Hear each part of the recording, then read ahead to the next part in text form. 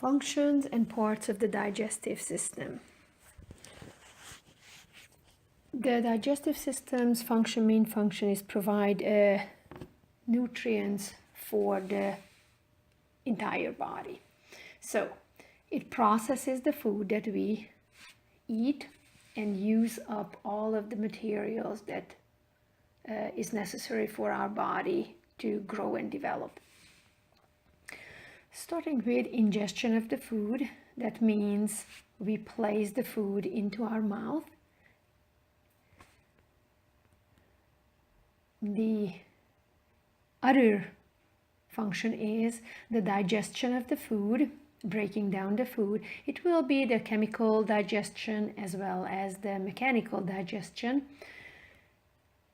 The four main macromolecules that we consume are the fats, that they will break down into fatty acids and glycerol. The second one are the polysaccharides like starch, and they turn into monosaccharides, or we call the saccharides are the carbs. The third ones are the proteins, that they will be chopped up into amino acids, and the fourth is the nucleic acids, basically the DNA that we eat with materials, and they turn into nucleotides, the basic building blocks of nucleic acid. The next function of the digestive system is absorption of the absorption of different materials through the cell walls, the cell membranes in the small intestine.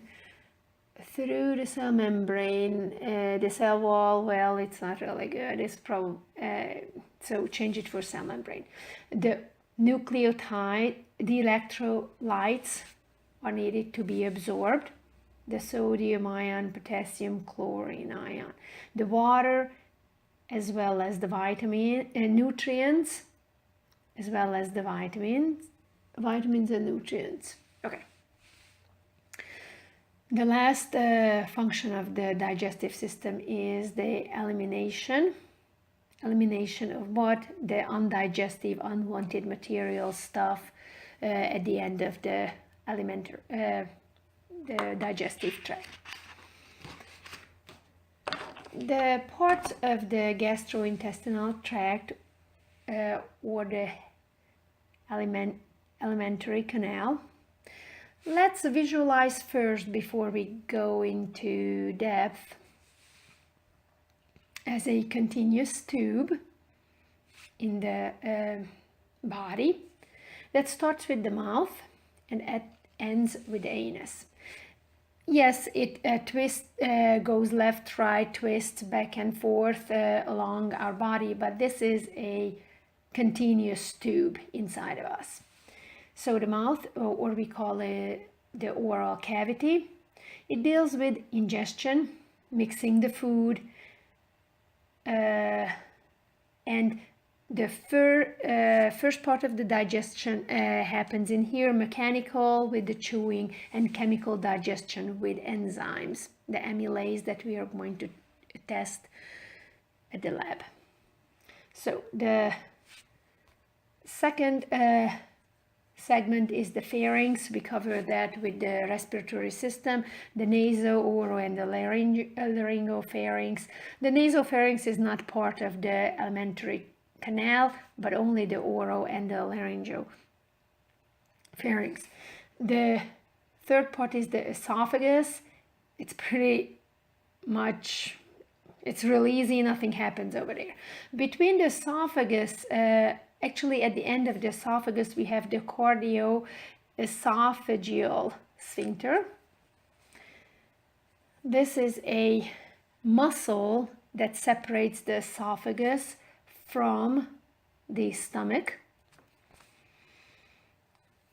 Another muscular ring sphincter happens to be here is the pyloric sphincter that separates the stomach from the small intestine. So these sphincters are important that they don't let materials go backwards. And the small intestine is separated from the large intestine by the ileocecal valve. So the large intestine material will not go back into the small intestine. And at the end of the tube, we have the anus that leads the waste out from the alimentary canal. Now, these are the parts of the tube. Now we have accessory organs that help with the digestive system, but they are not in the tube, they are not part of the tube. They are the salivary glands that they put their excretion into the mouth. We have the accessory organs, the liver, gallbladder, and the pancreas, that they put their secretion into the small intestine, specifically at the beginning of the small intestine, the duodenum. And also in the mouth, we have the teeth that they play a crucial role at the mechanical digestion. Let's focus first now the different parts, what we went through very fast through the canal. This is going to be the mouth. Paste your picture into your notebook and label the parts of the mouth. These are the teeth that they are helping with mastication and mechanical digestion. We have the hard palate, that is a bony structure, and the soft palate posterior to the hard palate. The uvula is hanging down, the tongue, and the lingual frenulum. Now, we have inside of our mouth is the palatine tonsils, that they are part of the lymphoid tissue that helps with the immune system, protects from different pathogens. Let's color them yellow. The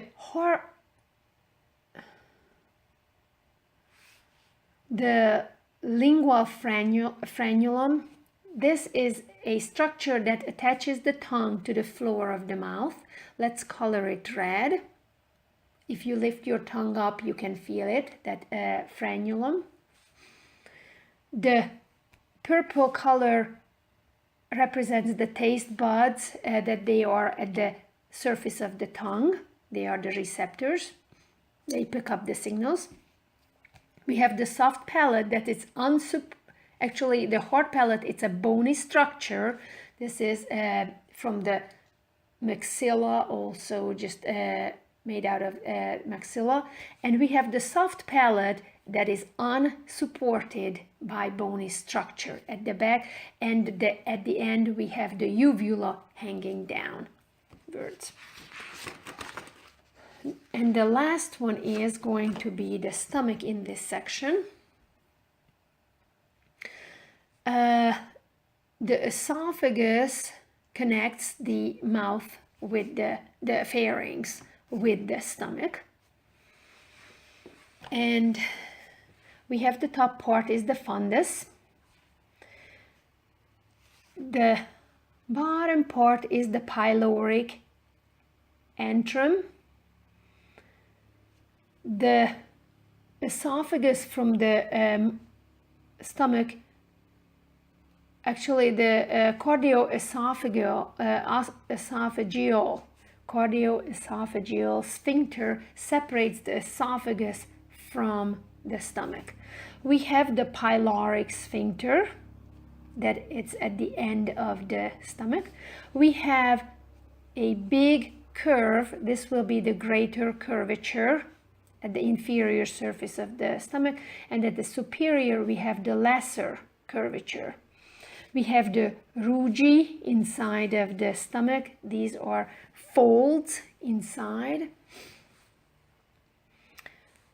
And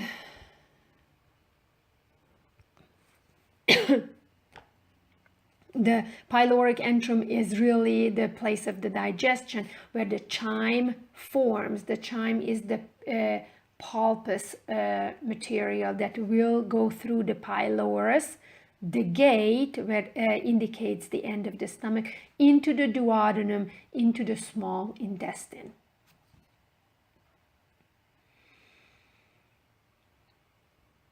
The muscles of the stomach. Now, we distinguish among three muscles, and they are important not only passing the food down, but also for churning. The longitudinal muscle, this is longitudinally happens, and this is the most superficial muscle. The second layer is the circular layer, colored by yellow, and the most interior layer is the oblique layer. It's kind of in a slanted way, and it's colored by orange. So these are the parts of the stomach. Now a small segment is going to be magnified below the picture, and this is the surface, the inner surface of the stomach, and we see gastric pit, gastric pit and gastric glands, pit area and gastric gland area in the stomach. Gastric pit area as well as the gastric gland area. The gastric gland area produces the gastric juice, enzymes and different materials, and the simple columnar epithelial tissue makes up the inner surface of the stomach. The protein digestive enzyme producers are called the chief cells, that they produce pepsinogen. It's a pre-enzyme, it's not active yet. They are at the bottom of the gastric glands. These are the chief cells.